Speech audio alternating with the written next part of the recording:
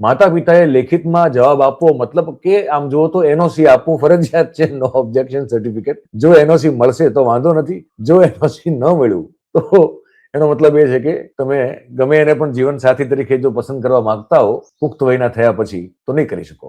અને આ જે માતા પિતાનો જવાબ આવશે એના આધારે વર્ગ 2 ના જે ક્લાસ 2 અધિકારી છે એ પોતાનો અભિપ્રાય અને મંજૂરી એના આધારે આપશે.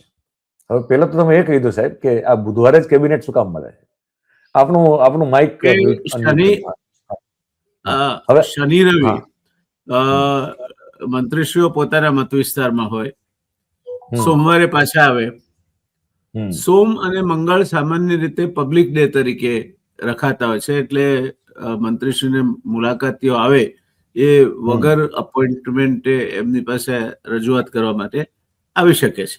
એ પછીનો દિવસ છે બુધવાર, એટલે બુધવાર રાખવામાં આવ્યો હોય પ્રણાલિકાગત રીતે એવું માનવાને કારણ છે.